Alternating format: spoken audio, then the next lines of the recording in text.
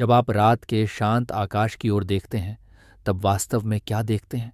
क्या आपको केवल टिमटिमाते तारे दिखाई देते हैं, या फिर अपने ही भीतर फैली किसी असीम गहराई और अनंत उपस्थिति का आभास होने लगता है? एक प्रश्न है जो हजारों वर्षों से मानवता की चेतना में गूंज रहा है। एक ऐसा प्रश्न जो सुनने में अत्यंत सरल है, पर जिसकी गहराई समस्त ज्ञान से भी अधिक विशाल है। मैं कौन हूं? ये केवल 3 शब्दों का प्रश्न नहीं है। ये एक ऐसा बीज है जो यदि अंतर्मन की भूमि में अंकुरित हो जाए तो आत्मबोध के उस विशाल वृक्ष तक पहुंचा देता है, जिसकी छाया में अज्ञान, भय और बंधन स्वतः विलीन होने लगते हैं। भारत के महान सन्यासी स्वामी विवेकानंद ने कहा था कि इस एक प्रश्न का उत्तर जान लेना ही समस्त ज्ञान का सार है। उन्होंने बार बार प्रेरित किया कि यदि इस प्रश्न का ईमानदारी से अनुसरण किया जाए तो जीवन के अनगिनत प्रश्न स्वयं शांत होने लगते हैं। आज हम कोई साधारण कथा सुनने नहीं जा रहे। हम एक ऐसी यात्रा पर चलेंगे जो बाहर की दुनिया की नहीं, बल्कि अपने ही अंतर्मन की यात्रा है। ये आत्म अन्वेषण की यात्रा है। यही यात्रा हमें स्वामी विवेकानंद द्वारा जगत के सामने प्रस्तुत अद्वैत वेदांत के उस गहन दर्शन तक ले जाएगी, जहां विचार धीरे धीरे शांत होने लगते हैं, अनुभव शब्दों से आगे बढ़ जाता है और चेतना स्वयं अपना परिचय देने लगती है। तो कुछ क्षण के लिए मन को शांत होने दीजिए, अपनी श्वास की सहज लय को अनुभव कीजिए और हमारे साथ चलिए चेतना के उसी रहस्य की परतों को खोलने, जहां अंततः हर प्रश्न अपने उत्तर में विलीन हो जाता है। कल्पना कीजिए कि आप एक ऐसे अनंत विस्तार में हैं जहां न कोई दीवार है, न छत, न धरती। चारों ओर केवल असीम निस्तब्धता है। वहां केवल आपका होना है। अब स्वयं से पूछिए, क्या आप उस अंधकार को देख रहे हैं, या आप वही प्रकाश हैं जिसकी उपस्थिति में अंधकार का भी बोध संभव हो पाता है? यही वह प्रश्न है जो भीतर तक झकझोर देता है, क्योंकि हमारा पूरा जीवन अपनी पहचान बाहरी बातों के सहारे निर्मित होता है। हम कहते हैं, मैं पुरुष हूं, मैं स्त्री हूं, मैं चिकित्सक हूं, मैं अभियंता हूं, मैं सफल हूं, मैं असफल हूं, मैं सुखी हूं, मैं दुखी हूं। नाम, रूप, संबंध, व्यवसाय और उपलब्धियां धीरे धीरे यही हमारी पहचान बन जाती हैं। पर क्या वास्तव में हमारा अस्तित्व केवल इन्हीं सीमाओं तक है? एक क्षण के लिए गहरी नींद को याद कीजिए। उस समय न शरीर का बोध रहता है, न नाम का, न पद का, न संबंधों का, न सुख का विचार रहता है, न दुख का। मानो सब कुछ शांत हो जाता है। फिर भी प्रातः जागने पर सहज ही यह अनुभव होता है, मैं बहुत अच्छी तरह सोया। प्रश्न यह है कि यदि मन भी शांत था और शरीर का भी बोध नहीं था, तो उस गहन शांति का अनुभव किसने किया? वह मैं कौन है जो सब कुछ बदल जाने पर भी बना रहता है? स्वामी विवेकानंद इसी मैं की खोज को मानव जीवन का सर्वोच्च उद्देश्य बताते हैं।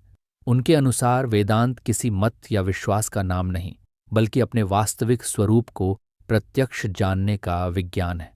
वेदांत कहता है कि यह दृश्य संसार जिसे हम इंद्रियों के माध्यम से अनुभव करते हैं, सत्य का अंतिम रूप नहीं है। ये केवल उसी अनंत सत्ता की एक सीमित अभिव्यक्ति है। वास्तविक सत्ता वह शुद्ध चेतना है जो प्रत्येक अनुभव, प्रत्येक विचार और प्रत्येक परिवर्तन के पीछे सदा एक समान उपस्थित रहती है। वह चेतना न उत्पन्न होती है, न समाप्त होती है। उसमें कोई परिवर्तन नहीं आता। वह न समय से बंधी है, न स्थान से। वह स्वयं प्रकाश है। जैसे सूर्य को स्वयं को प्रकाशित करने के लिए किसी दूसरे प्रकाश की आवश्यकता नहीं होती, वैसे ही चेतना को अपने अस्तित्व का बोध कराने के लिए किसी अन्य साधन की आवश्यकता नहीं होती। उसी के कारण सब कुछ जाना जाता है, पर उसे किसी बाहरी माध्यम से नहीं जाना जा सकता। किंतु यदि हमारा वास्तविक स्वरूप वही शुद्ध, असीम और स्वतंत्र चेतना है, तो फिर हम अपने को सीमित, असहाय और बंधा हुआ क्यों अनुभव करते हैं? ये भय कहाँ से आता है? ये अलगाव किसका है? और यह विश्वास क्यों इतना प्रबल हो जाता है कि हम स्वयं को केवल यह शरीर और यह मन मान बैठते हैं? स्वामी विवेकानंद कहते हैं कि इन सभी प्रश्नों का सूत्र एक ही शब्द में समाहित है, माया। वेदांत में एक अत्यंत प्रसिद्ध दृष्टांत है। कल्पना कीजिए कि एक व्यक्ति रात के समय एक सुनसान मार्ग से गुजर रहा है। अंधेरा इतना घना है कि सामने पड़ी एक रस्सी उसे स्पष्ट दिखाई नहीं देती। एक क्षण के लिए उसे लगता है कि वह रस्सी नहीं, बल्कि एक भयानक सांप है। उसी क्षण उसका हृदय तेजी से धड़कने लगता है, शरीर भय से भर उठता है। मन उस काल्पनिक सांप का आकार, उसका विष और उसकी फुफकार तक अनुभव करने लगता है। ध्यान दीजिए, सांप वास्तव में वहां था ही नहीं, फिर भी भय बिल्कुल वास्तविक था। प्रातः जब प्रकाश फैला तब गांव के लोगों ने मुस्कुराकर कहा, यह तो केवल रस्सी है। उस व्यक्ति ने ध्यान से देखा और उसी क्षण उसका सारा भय समाप्त हो गया। न सांप कहीं गया, न उसका नाश हुआ, क्योंकि वह कभी था ही नहीं। केवल अज्ञान दूर हुआ और सत्य स्वयं प्रकट हो गया। वेदांत इस घटना को अध्यारोप कहता है, जहां वास्तविक वस्तु पर मन अपनी कल्पना आरोपित कर देता है। स्वामी विवेकानंद कहते हैं कि मनुष्य का संपूर्ण जीवन भी कुछ ऐसा ही है। हम जिस संसार का अनुभव करते हैं, सुख दुख, सफलता असफलता, लाभ हानि, संबंध और अलगाव, इन सब के पीछे एक ही अपरिवर्तनीय सत्य विद्यमान है। वेदांत उसी सत्य को ब्रह्म कहता है, अखंड, अनंत और शुद्ध चेतना। किंतु अज्ञान के कारण हम उसी ब्रह्म पर नाम, रूप और सीमाओं का आरोप कर देते हैं। इसी आरोपण को माया कहा गया है। माया का अर्थ यह नहीं कि संसार बिल्कुल अस्तित्वहीन है। स्वामी विवेकानंद बार बार स्पष्ट करते हैं कि संसार असत्य नहीं, बल्कि परिवर्तनशील है। जो निरंतर बदल रहा है उसे अंतिम सत्य मान लेना ही माया है। यही कारण है कि हम शरीर को मैं कहने लगते हैं, मन को मैं मान लेते हैं, विचारों को अपनी पहचान बना लेते हैं, और जैसे ही हमारी पहचान परिवर्तनशील वस्तुओं से जुड़ती है, उसी क्षण भय, असुरक्षा और दुख जन्म लेने लगते हैं। जब शरीर ही मैं बन जाता है, तब उसका प्रत्येक परिवर्तन चिंता बन जाता है।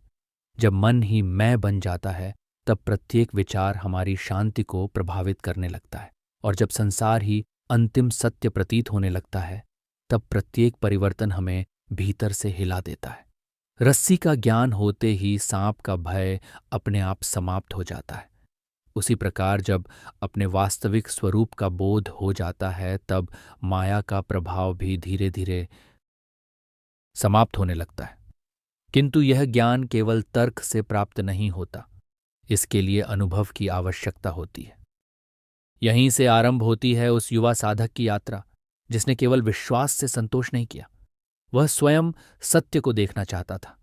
वही युवा आगे चलकर स्वामी विवेकानंद के नाम से संसार में प्रसिद्ध हुआ। नरेंद्रनाथ दत्त बचपन से ही असाधारण जिज्ञासु और गहन विचारशील थे। उनके भीतर केवल धार्मिक आस्था नहीं थी, बल्कि सत्य को प्रत्यक्ष जानने की तीव्र प्यास थी। वे किसी सिद्धांत को केवल इसलिए स्वीकार नहीं करते थे कि उसे शास्त्रों ने कहा है या समाज ने मान लिया है। उनका मन अनुभव चाहता था, प्रमाण चाहता था। इसी खोज में वे उस समय के अनेक विद्वानों और संतों के पास जाते और हर बार केवल एक ही प्रश्न पूछते, क्या आपने ईश्वर को देखा है? किसी ने कहा, ईश्वर कण कण में है। किसी ने कहा, श्रद्धा रखो, एक दिन अनुभव होगा।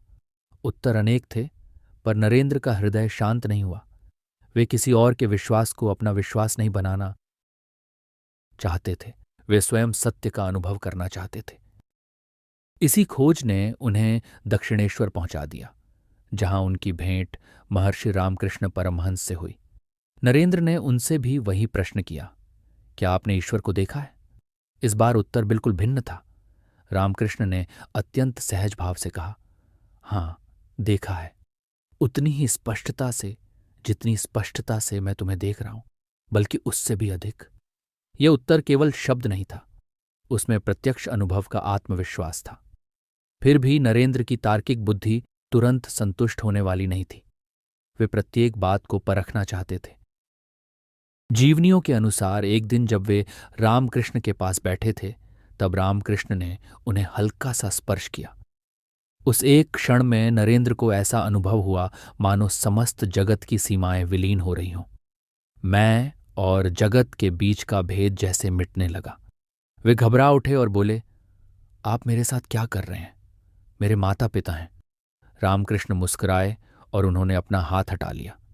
ये केवल एक अद्भुत अनुभव नहीं था, ये नरेंद्र के लिए एक संकेत था कि चेतना की ऐसी अवस्थाएं भी हैं जो केवल तर्क से नहीं, प्रत्यक्ष अनुभूति से जानी जाती हैं। धीरे धीरे रामकृष्ण के सान्निध्य में नरेंद्र ने अद्वैत वेदांत की उन गहराइयों में प्रवेश किया जहां ज्ञान केवल विचार नहीं रहता बल्कि प्रत्यक्ष अनुभव बन जाता है।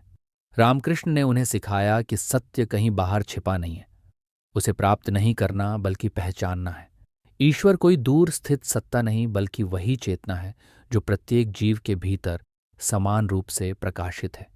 यही अनुभव आगे चलकर स्वामी विवेकानंद के समस्त वेदांत दर्शन का आधार बना और इसी अनुभूति को लेकर वे विश्व मंच पर पहुंचे, जहां उन्होंने भारत की आध्यात्मिक परंपरा को किसी संकीर्ण मत के रूप में नहीं बल्कि मानव चेतना के सार्वभौमिक विज्ञान के रूप में प्रस्तुत किया।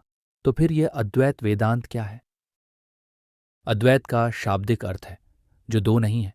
स्वामी विवेकानंद कहते हैं कि समस्त वेदांत का सार इसी एक शब्द में समाया हुआ है। यह दर्शन कहता है कि इस समूचे अस्तित्व में केवल एक ही परम सत्य है और वही ब्रह्म है। जो कुछ दिखाई देता है, जो कुछ अनुभव होता है, वह उसी एक सत्य की अभिव्यक्ति है। विविधता दिखाई देती है पर मूल सत्ता एक ही है। इसे समझने के लिए एक महासागर की कल्पना कीजिए, विशाल, असीम, शांत। अब उसी महासागर की सतह पर असंख्य लहरें उठ रही हैं। कोई छोटी है, कोई बड़ी, किसी का आकार अलग है, किसी का वेग अलग। प्रत्येक लहर का अपना एक नाम और रूप है। कुछ क्षण बाद वही लहर पुनः महासागर में विलीन हो जाती है। यदि कोई लहर स्वयं को केवल अपने आकार तक सीमित मान ले तो उसे लगेगा कि उसका अस्तित्व महासागर से अलग है। वह दूसरी लहरों से तुलना करेगी, उनसे टकराएगी, उनसे भयभीत होगी और अपने विलय से भी डरेगी। किंतु क्या वास्तव में वह कभी महासागर से अलग हुई थी? स्वामी विवेकानंद कहते हैं, यही मनुष्य की सबसे बड़ी भूल है। हम अपने नाम, रूप, शरीर और व्यक्तित्व को ही अपनी संपूर्ण पहचान मान लेते हैं। यही अलगाव का भाव है, यही द्वैत है और इसी द्वैत से भय, संघर्ष और दुख जन्म लेते हैं। अद्वैत वेदांत हमें स्मरण कराता है कि जैसे प्रत्येक लहर मूलतः जल ही है, उसी प्रकार प्रत्येक जीव का वास्तविक स्वरूप भी वही एक अनंत चेतना है। वेदांत उसे आत्मा कहता है और वही आत्मा अपने वास्तविक स्वरूप में ब्रह्म से भिन्न नहीं है। इसी अनुभव को उपनिषदों ने 4 महावाक्यों में अत्यंत संक्षिप्त किंतु पूर्ण रूप से व्यक्त किया है। प्रज्ञानम ब्रह्म, अर्थात चेतना ही ब्रह्म है। अयम आत्मा ब्रह्म, ये आत्मा ही ब्रह्म है। गुरु जब शिष्य को सत्य की ओर संकेत करता है तब कहता है तत् त्वम् असि, अर्थात वह तुम ही हो। और जब साधक इस सत्य का प्रत्यक्ष अनुभव कर लेता है तब उसके भीतर से सहज उद्घोष उठता है, अहम ब्रह्मास्मि। यह अहंकार का वाक्य नहीं है, यह सीमित व्यक्ति की घोषणा नहीं है।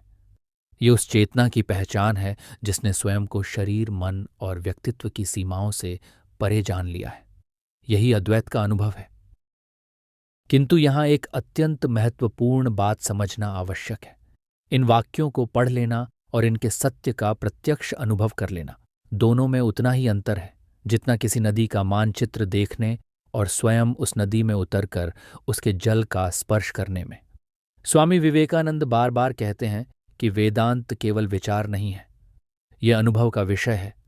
तो प्रश्न यह है कि इस सत्य को केवल समझा कैसे न जाए बल्कि जिया कैसे जाए। यहीं से वेदांत हमें भीतर की ओर ले जाने वाले कुछ अद्भुत साधन प्रदान करता है। स्वामी विवेकानंद केवल महान दार्शनिक नहीं थे बल्कि वे अत्यंत व्यावहारिक वेदांती भी थे। उनके लिए वेदांत केवल चर्चा का विषय नहीं था बल्कि जीने की कला था। वे कहते थे कि यदि अद्वैत केवल पुस्तकों तक सीमित रह जाए तो उसका वास्तविक उद्देश्य अधूरा रह जाता है। उसका सत्य तभी प्रकट होता है जब वह जीवन का प्रत्यक्ष अनुभव बन जाए। इसीलिए उन्होंने कुछ ऐसी साधनाओं पर विशेष बल दिया जो मनुष्य को धीरे धीरे अपने वास्तविक स्वरूप की ओर ले जाती हैं। इनमें सबसे सरल और सबसे गहन साधना है साक्षी भाव। एक क्षण के लिए अपने मन को देखिए। विचार आ रहे हैं, भावनाएं बदल रही हैं, स्मृतियां उठ रही हैं और विलीन हो रही हैं। यदि आप इन्हें देख पा रहे हैं तो स्पष्ट है कि आप स्वयं ये विचार नहीं हैं। स्वामी विवेकानंद कहते हैं, अपने प्रत्येक अनुभव के साथ बहने के स्थान पर उसे देखने का अभ्यास कीजिए। जब कोई विचार उठे उसे संघर्ष मत कीजिए, उसे पकड़ने का प्रयास भी मत कीजिए, बस उसे आते और जाते हुए देखिए। जैसे आकाश बादलों को रोकता नहीं, वैसे ही साक्षी चेतना भी विचारों का विरोध नहीं करती। बादल बदलते रहते हैं, आकाश नहीं बदलता।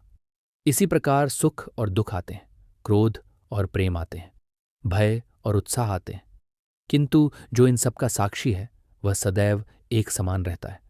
स्वामी विवेकानंद कहते हैं, तुम मन नहीं हो, तुम मन के साक्षी हो। इसी अनुभूति को और गहरा करने के लिए वेदांत एक और अद्भुत विधि देता है, नेति नेति, अर्थात ये नहीं, ये नहीं। ये आत्म अन्वेषण की अत्यंत सूक्ष्म प्रक्रिया है। अपने आप से पूछिए, क्या मैं यह शरीर हूं?